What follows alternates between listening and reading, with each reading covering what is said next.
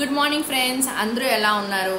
ఈరోజు మనము ఫియర్ గురించి మాట్లాడుకుందాం. భయం మనలో ప్రతి ఒక్కళ్ళు ఫేస్ చేసే ప్రాబ్లమే భయం. మనకు తెలుసో తెలియకో ఎవరైనా ఏమైనా అనుకుంటారేమో, ఏదైనా జరుగుతుందేమో ఇలా చేస్తే, లేకపోతే నేను ఇలా ఆలోచిస్తే ఇంకా ఏమైనా జరుగుతుందేమో, ఇటువంటి పని చేస్తే ఏదైనా అవుతుందేమో అన్న భయంతోనే సగం వరకు మనం ఏ పని చెయ్యము అండ్ సక్సెస్ కూడా సాధించము.